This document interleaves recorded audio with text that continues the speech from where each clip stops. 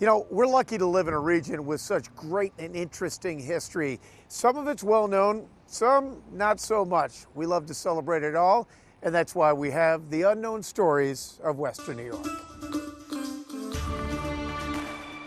It's a stunning example of our amazing architecture, but also an impressive testament to our geology. Whenever anybody talks about the Richardson Olmsted campus, the first thing that they talk about is the red Medina sandstone, which is what the buildings are constructed of. That was quarried in Holly, and it was transported on the Erie Canal to Buffalo and chipped and fitted in place right here on site. But one of the stories that no one has ever really talked about is the foundation itself, which is constructed of what they refer to as blue limestone. Onondaga limestone, to be exact, from the Onondaga Escarpment, which runs from this point exposed along the 190 in Black Rock all the way to Syracuse, and quarried as part of two major projects that brought Frederick Law Olmsted to Buffalo in 1868, the State Asylum and Grounds and designing the Buffalo Park system. They were concurrent municipal projects here in Western New York.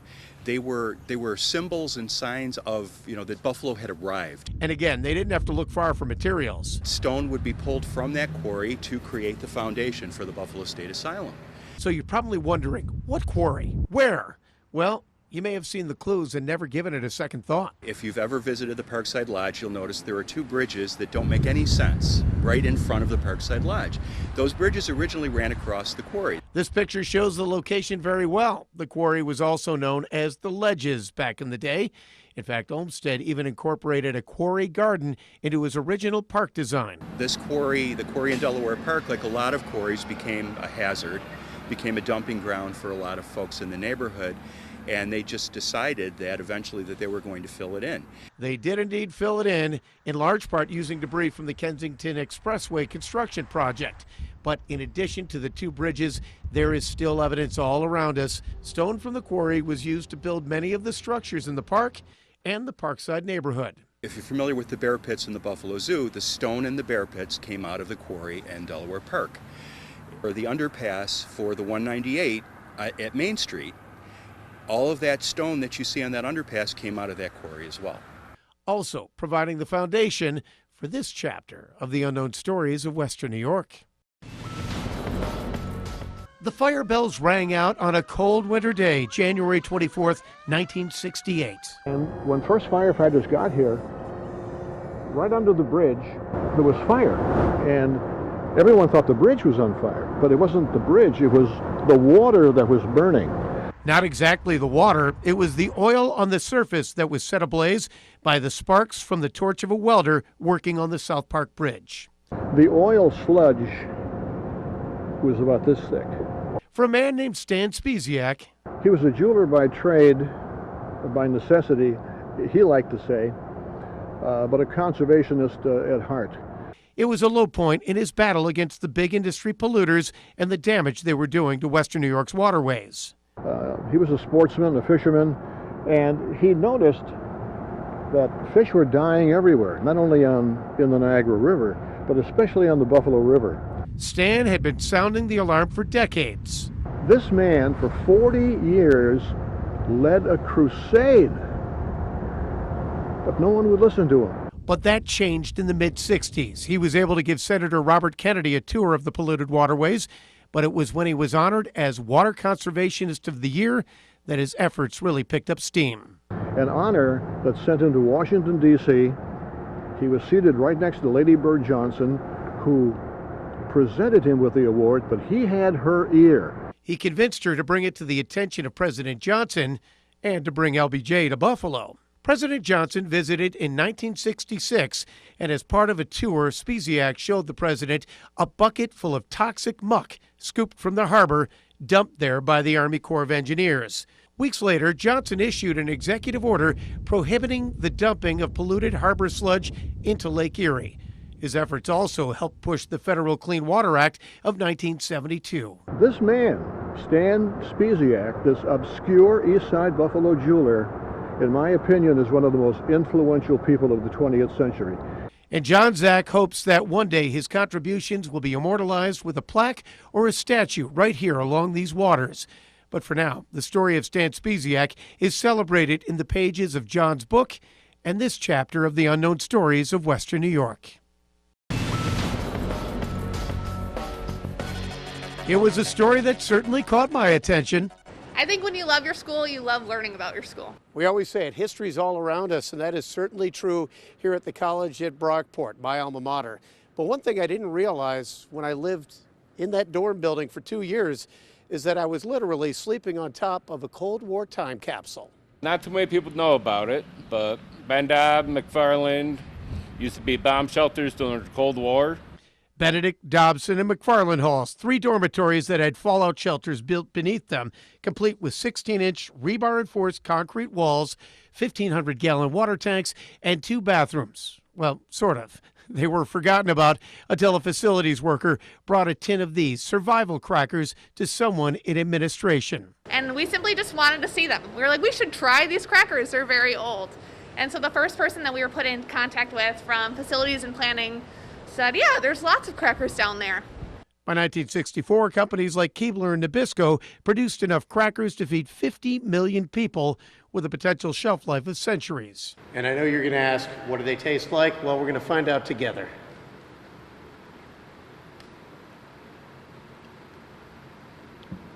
Not very good, but not the worst thing I've eaten here at Brockport. And that wasn't all. There were also boxes of medical supplies, although most of the supplies and cots were removed years ago after flooding issues. That was a shock to me when I heard out that Brockport could have been on the Soviets' hit list. Researchers thought Rochester was a potential target because of its manufacturing and defense industries, like Kodak, which produced a satellite camera that had been used to spy on the Soviets. And now, this dusty crawl space, recently rediscovered, along with these blueprints, stand as a living classroom for today's students about how close we came to the Cold War really heating up. It is a time capsule, and it surprised what they expected people to live on back then.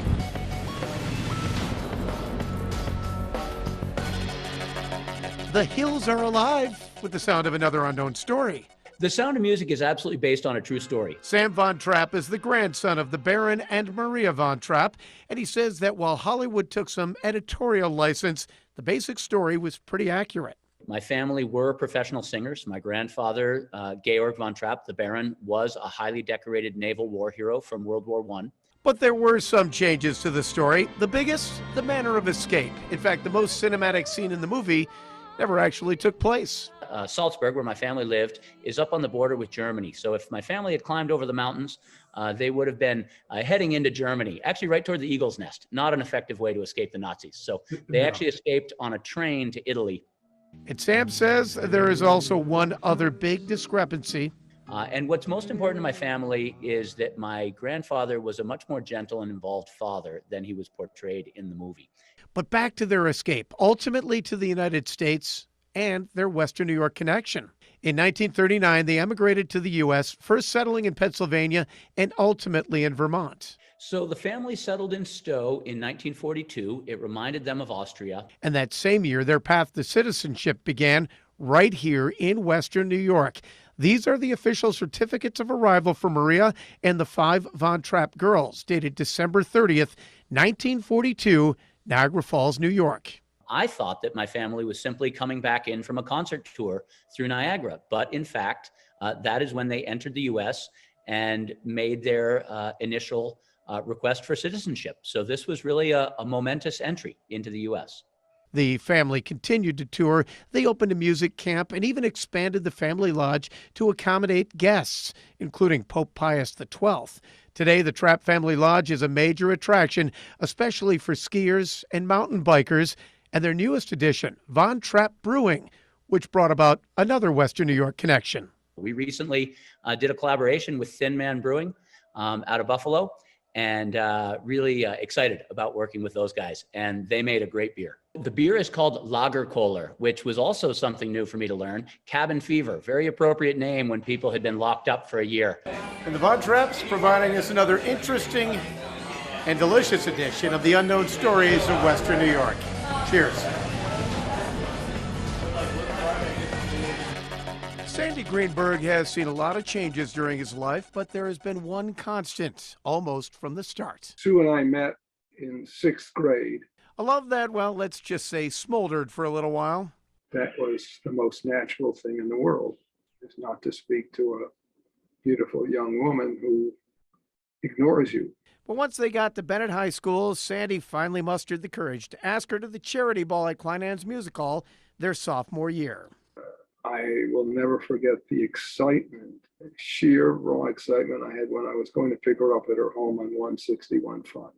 Sandy started to come into his own at Bennett. He was elected class president, president of the student council. He ran cross country and track, and he was even the prom king. And that paved his way to Columbia University, where his life changed forever.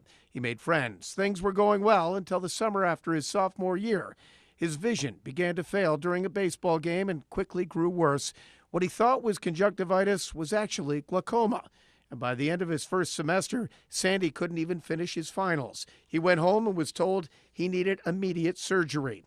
After that, he was told he would soon be blind, and Sandy decided to quit school. I was sitting at home in Buffalo quite depressed, and I didn't have much of an exciting view of the upside for myself, my career. And I didn't want to see anybody. And so I didn't talk to anybody, wouldn't write.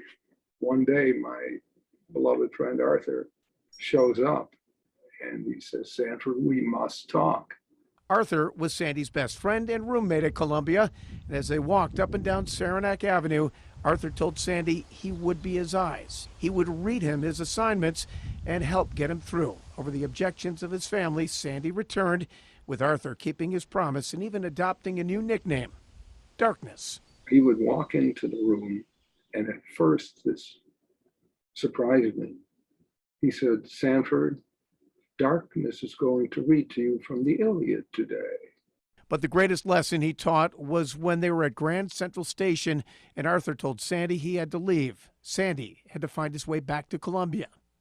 Such as my falling down at one point and hanging halfway over the tracks. A trek that was a mix of terror and frustration. And forth, and there was a moment there in which I begged God to let the train sever me.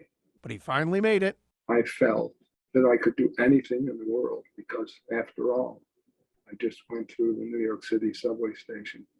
Arthur following all the way. But after that, the whole world opened up for me. They ultimately graduated. Sandy went on to Harvard and to Oxford. Much to his disappointment, his old friend Arthur decided to leave architecture school and pursue a different path. And one day, Sandy received a phone call. Arthur asked for a $400 loan. And despite the fact that Sandy and Sue, who were then married, had only $404 in their checking account, Sandy didn't hesitate. I don't know that there's a time in my life when I ever felt better about myself, about him, and the world. Arthur had partnered with another old friend, Paul, and the loan funded their debut album, which spawned a song that would ultimately rise to #1 on the Billboard charts in 1966. Darkness, my old friend. It was so beautiful that when I first heard it, I was transfixed, couldn't move. And then I began to appreciate more and more over the years. Arthur, or Art Garfunkel, and Paul Simon's song Sound of Silence was an homage to the friendship of Arthur and Sandy, a friendship that remains strong to this very day. We're both each other's lifelines still.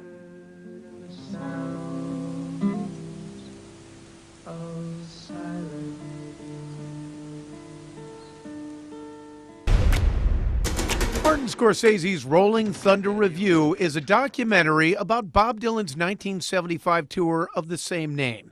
The idea behind the tour, Dylan said, was to play for the people who never got good seats to his larger concerts because of higher ticket costs and inconvenient locations. This is where everybody walked in: Bob Dylan, Joan Baez, Joni Mitchell.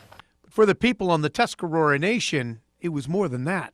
Dylan came through here and some woman grabbed him and kissed him. I don't know if he liked that or not. After his November 15th show at the Niagara Falls Convention Center, he, Joni Mitchell, Joan Baez, and several other big names paid a visit to the territory for a potluck dinner. But I got a call to come to the old gym and cook because we were going to put on a feast. So bring whatever you can. So all I had was a huge squash. Must have been about that big. I threw it in the oven, I turned it up to 500, and 45 minutes later, it blew up. So I'm scraping it off the edge of the oven because now we got to hurry. So I threw it in that squash and brought it up here. All kinds of people, and everybody just had a wonderful, enjoyable day. A great experience. Dylan even performed a rendition of the Ballad of Ira Hayes, a song about a Native American Marine who was one of the group that raised the flag at Iwo Jima. Bob Dylan in 11/16/75. Many of the people in this circle shared stories and pictures of the day. What do you remember most about the day? Joan Baez was holding my daughter. My daughter was about 15 months old. It was a day of celebration, to be sure, and as Chief Leo Henry points out, a day of respect. Let's say an honor for the nation, that somebody of that class would come and perform for them for nothing. It showed the world that there are people out there who care, and well-known people who understand a little bit more than most of the United States, and they're supportive of our culture and of our people. Adding a musical chapter to the unknown stories of Western New York. An internet search uncovered an incredible connection for Allegheny County Under Sheriff Kevin Monroe. I had seen the Find a Grave for Samuel Maurice Seeger several times, but I never looked at it. Sam Seeger was his grandfather's first cousin, but also a part of the legendary crime-fighting unit, the Untouchables. As corrupt as everything was in Chicago at that time, that there were actually people who really wanted to do the right. In fact, Seeger, who was born in Swain and later moved to Buffalo, was one of the first agents Elliot Ness recruited in his mission to take down Al Capone. But he wasn't the only Western New York connection. Joe Leeson was a Prohibition agent during the 1930s, and he was recruited by Elliot Ness. Washington area attorney Scott Sroka grew up in West Seneca. His grandfather, Joe Leeson, was also an untouchable, partnered with Seeger. He remembers the time he went with his mother and grandmother to see the movie starring Kevin Costner. That was the day his mother shared the family history. And she took a shoebox down from the shelf in the closet, and when she opened the shoebox, there was a 38 Detective Special revolver and a pair of heavy metal handcuffs. He found out that his grandfather had two skills that Ness recruited him for. His days working on the railroad made him an expert with a blowtorch. The agents used the blowtorches to bust apart the equipment and the stills that the gangsters were using. And he also had expert driving skills. He was also known as somebody who could effectively tail the gangsters in an automobile. It was that skill that led the group to the first major brewery that the Untouchables raided. The agents used a 10-ton truck with a kind of snowplow-like front bumper that my grandfather designed. They ultimately uncovered enough evidence to slap Capone with 5,000 charges. But Scott also discovered another Buffalo connection to Elliot Ness. After Ness died in Countersport, he was cremated here in Buffalo at Forest Lawn. And while Elliot Ness's grave is actually in Cleveland, his untouchable lineage certainly runs through the unknown stories of Western New York.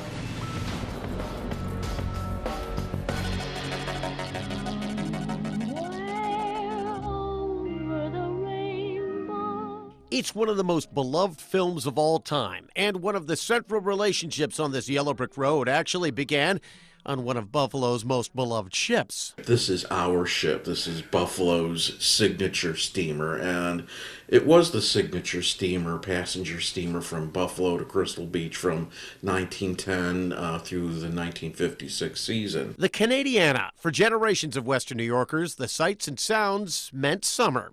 People still, to this day, hold not only fond memories, but almost magical memories of that experience. And the bands were a big part of that, weren't they? They were. And local author William Kay has written 6 books on Crystal Beach, Buffalo's waterfront, and the legendary ships that called it home. And the Canadiana holds a special place in that history. Thousands of people would step on board off Dante Place, around where Canalside is today, and they would sail off across the lake, dancing the night away. The nexus of summer entertainment at was Crystal Beach. The ride to and from every bit the attraction that the park was. The primary musical entertainment on board were all local musicians and bands. And one of those local musicians went on to become one of America's most popular composers of all time, Harold Arlen, the man behind such classics as Stormy Weather, Accentuate the Positives, and Paper Moon. He got his start as Hyman Arluck, a jazz musician aboard the Canadiana. At the time, Arlen was not really a composer. He was a jazz musician playing with jazz bands. He kept moving up the ladder from one band to a better band. Usually the better bands were better because he was in them. Last summer, Walter Rimler released the book, The Man That Got Away, The Life and Songs of Harold Arlen. He says those early years were a great time of discovery for Arlen. It was also the start of a friendship that would start on the Emerald Channel of Lake Erie and wind up in the Emerald City of Oz. According to many accounts, in the summer of 1923, while playing with his band, the Southbound Shufflers, Arlen met an eccentric young performer named Ray Bolger. They became fast friends. Bolger came to Buffalo again to perform with Arlen's next band, the Buffalodians, and their paths would cross several more times over the years. Then when Arlen came to New York, he was playing again at the same place where Bolger was performing. They renewed their friendship, and neither was making a whole lot of money, so they became roommates. All the while, both men continued to craft their careers, with Arlen moving more toward the path that would make him an American legend, composing. Bolger would stay up late at night listening to Arlen at the piano, working out arrangements for his band. And they became quite close. Little did either know that a decade later, these best friends would collaborate on a classic, with Bolger's Scarecrow, along with a little help from Dorothy, the Tin Woodsman, and the Cowardly Lion, bringing to life Arlen's songwriting genius on the silver screen and within one of the unknown stories of Western New York.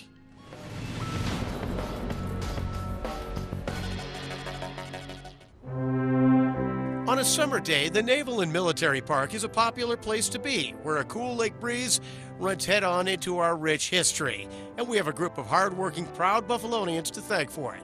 It was a very formidable task. Don Alessi is the park's chairman of the board, and he remembers how this all started with a phone call from former family court judge Anthony LaRusso, who had just returned from a family vacation. And I went to visit a good friend of mine who was in the Marine Corps. He was a pilot. That friend suggested they take a side trip to Wilmington, where they had just put in a naval park. And he saw the USS North Carolina and was so impressed with its majesty that he thought it would be a good idea if we could have a naval park on the Buffalo waterfront. It was an eye-opener for me.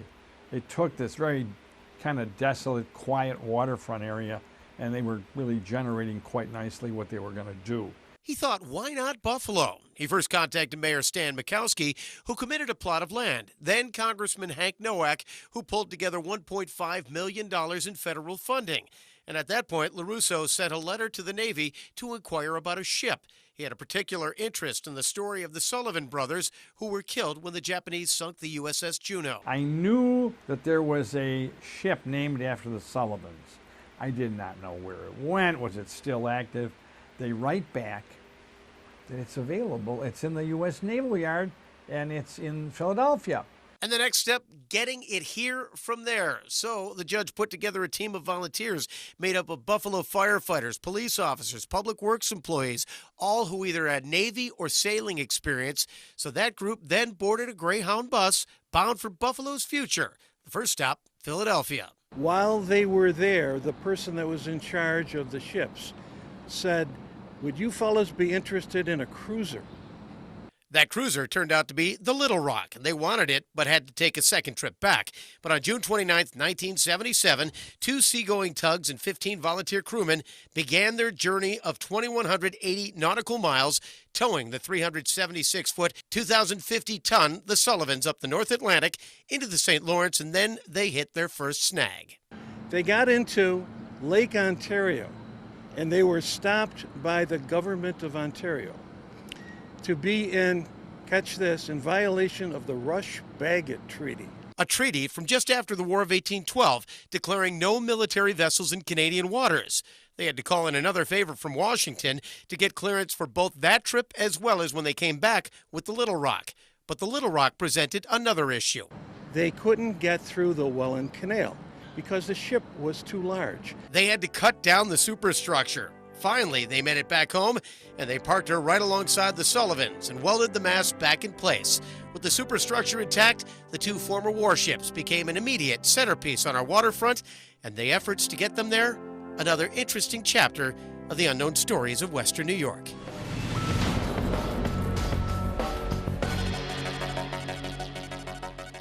It was around the birth of Buffalo. If you think about the harbor back in 1856, there was no breakwater separating the Black Rock Channel from the river itself. Buffalo already had a light marking its harbor, but the booming lumber and milling industry upriver made navigating the tricky maze of shoals at the mouth of the Niagara a priority.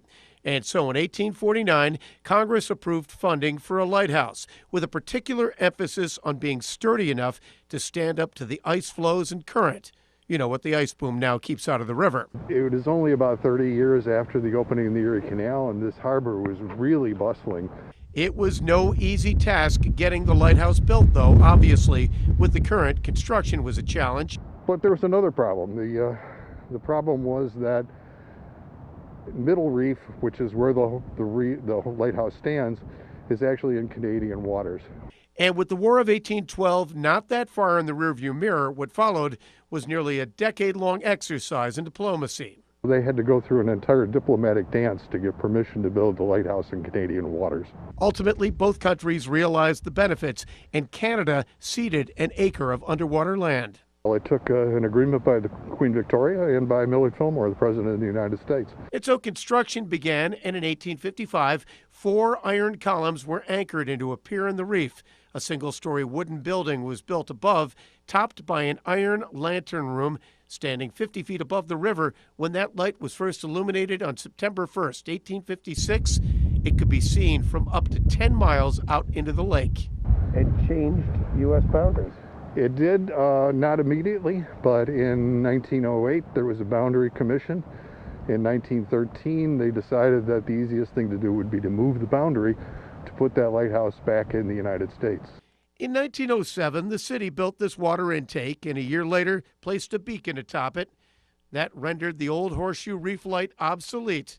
Now a skeletal reminder of the lighthouse that literally reshaped a nation, a sanctuary for birds, and a waterbound chapter of the unknown stories of Western New York.